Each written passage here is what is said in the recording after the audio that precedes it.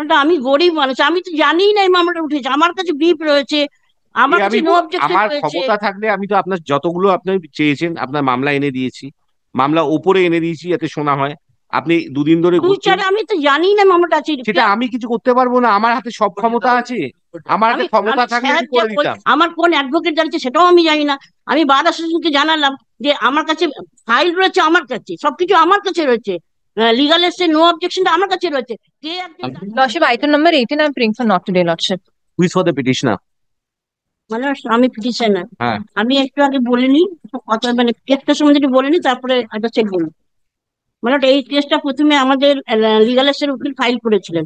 উনি বললেন আপনি গরিব মানুষ, তিন জায়গাতে আপনার সার্ভিসের মানে আপনি স্টেট কে ভার্সেস করে করুন, যেহেতু এটা ট্রান্সফার, ওদের সঙ্গে তো আমরা কোনো ট্রান্সফারে যাচ্ছি না, ট্রান্সফারের মামলা এক কোর্ট থেকে আরেক কোর্টে।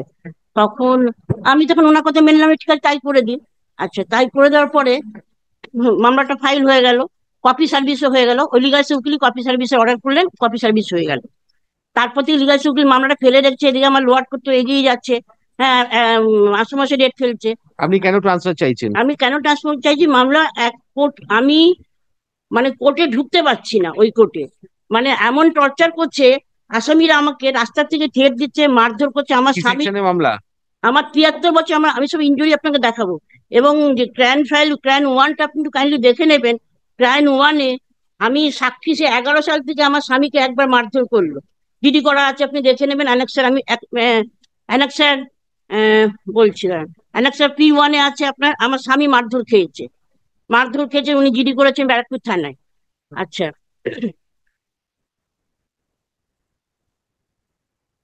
এবং আমি একজন হার্ট পেশেন্ট মাই লর্ড, আমি একজন হার্ট পেশেন্ট। হ্যাঁ, এই 8 নম্বর পেজেও আপনি একটু কাইন্ডলি দেখে নেবেন। সমস্ত মানে বিভিন্ন যেখানে যেখানে আমার অ্যাটাক করেছে সেই সব থানাতে আমি জিডি গুলো করেছি। আমি কোর্টে ঢুকতেই পারছি না, ব্যারাকপুর কোর্টে। আচ্ছা, তারপরে আমি ওখানে আপনি সবচেয়ে বড় আগে, কথা, আমি ওই অ্যাড্রেসে এখন থাকি না, যে এই অ্যাড্রেসে আমার কেসটা। আপনার আগে তো ট্রান্সফার রিজেক্ট হয়ে গেছে, আপনি সুপ্রিম কোর্ট যাননি কেন? কোথায় মামলাটা?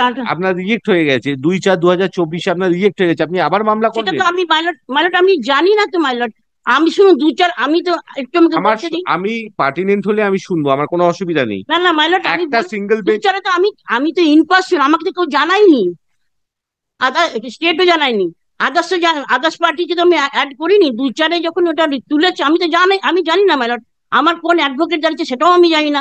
আমি বার অ্যাসোসিয়েশনকে জানালাম যে আমার কাছে ফাইল রয়েছে, আমার কাছে সবকিছু আমার কাছে রয়েছে, লিগাল এসে নো অবজেকশনটা আমার কাছে রয়েছে। কে একজন দাঁড়িয়ে গেল, তার জন্য আমি বার অ্যাসোসিয়েশনকে চিঠি পর্যন্ত করি, সেই চিঠি আপনাকে আমি দেখাতে পারবো। কে দাঁড়ালো, পৌলমী দত্তটা কে? আমি তাকে কোনো পাওয়ারই দিই। এইরকম পলিটিক্স টিক্স করে যদি আমার মামলাটাকে।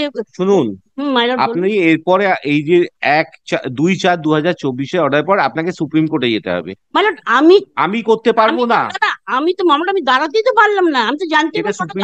সুপ্রিম কোর্টে গিয়ে বলুন। মামলাটা আমার এই মামলা লোয়ার কোর্টে। আমি কিছু করতে পারবো না, আপনার রেগুলার বেঞ্চে পাঠিয়ে দিচ্ছি। আমাকে তো অর্ডারে আপনি দেখুন আপনার অনেক মামলা আছে, আপনাকে বলে দিয়েছি। আমি আপনার মামলা কিছু করছি না, রেগুলার বেঞ্চে দু চলে যান। চারে কি রিজেক্ট হয়েছে আমি তো জানি না, দেখুন আপনি কোর্টে দেখুন, আপনি বলেছেন আমি মামলা ওপরে নিয়ে এসেছি, আপনার অসুবিধা আমি বুঝতে পেরেছি। হ্যাঁ মামলা কিন্তু অন্য আমার সমান যে হাকিমের ক্ষমতা আছে, তিনি যদি ডিসমিস করে দিয়ে থাকেন, সেই মামলা আমি আর নিতে পারবো না। দুই চারে আমি তো দাঁড়াইনি, আমাকে তো। সেটা বলুন, সুপ্রিম কোর্টে গিয়ে বলুন। আমার থেকে ওপরের জায়গায় যেতে হবে আপনাকে। চলে আসুন, চলে রেগুলার বেঞ্চে পাঠিয়ে দিই। ইন পার্সনটা করে একেবারে ঝামেলা করে দিয়েছে। In view of the issues canvassed in the present revisional application জানি for না transfer আমি has already been considered by a coordinate bench, I am of the opinion that there is no urgency in the revisional application. Let the revisional application appear before the regular bench in the monthly list of January 2025. জানুয়ারি মাসে ওই কোর্টে আসবে। মামলাটা আমাকে একটু, আমি যদি একটু বলতে সুযোগ না পাই আমাকে। আপনি বলতে সুযোগ পাবে, আপনার হয়ে গেছে মামলা। রিজেক্ট, আমি তো দুই চারে আমি দাঁড়াইনি, অন্য একজন কে আমার হয়ে কেউ অ্যাডভোকেট দাঁড়িয়ে গেলাম তো জানতেও পারলাম না, আমি তো সেটা পাওয়ার এটা এই যে কথাটা বলছেন না, ওটা আমার শোনার ক্ষমতা, এটা আমার ওপরের লোকের শোনার ক্ষমতা আছে। কোন ঘরে বলবো বলুন, আমি বলবো। আমি ওটা বাসায় বার করে চিঠি করেছি সেই এই বাদকে ব্যাপারে। আপনি করুন। আপনাকে অর্ডার সেট অ্যাসাইড করতে হলে হ্যাঁ, সুপ্রিম কোর্টে যেতে হবে। এরোটা সেটা এখানে করা যাবে না। না, না। ওটা আমি গরিব মানুষ, আমি তো জানি না এই মামলাটা উঠেছে, আমার কাছে ব্রিফ রয়েছে, আমার কাছে নো অবজেকশন আমার রয়েছে। ক্ষমতা থাকলে আমি তো আপনার যতগুলো আপনি চেয়েছেন আপনার মামলা এনে দিয়েছি, মামলা ওপরে এনে দিয়েছি যাতে শোনা হয়। আপনি দুদিন ধরে ঘুরছেন, ফিউচারে আমি তো জানি না মামলাটা আছে। সেটা আমি কিছু করতে পারবো না, আমার হাতে সব ক্ষমতা আছে, আমার হাতে ক্ষমতা থাকলে আমি করে দিতাম। বুঝতে পেরেছি, আমার বক্তব্য হচ্ছে আমি তো সেদিনকে দাঁড়াই একই কথা বলছেন আপনি। এটা কথা বলুন, লিগাল এড বুঝিয়ে দেবে আপনাকে। আপনাকে আমি বলছি, আপনি ওই ঘরে, তাও আপনার মামলা আমি শেষ করিনি, অন্য বিচারপতি যার কাছে ছিল তার কাছে পাঠিয়ে দিয়েছি, জান।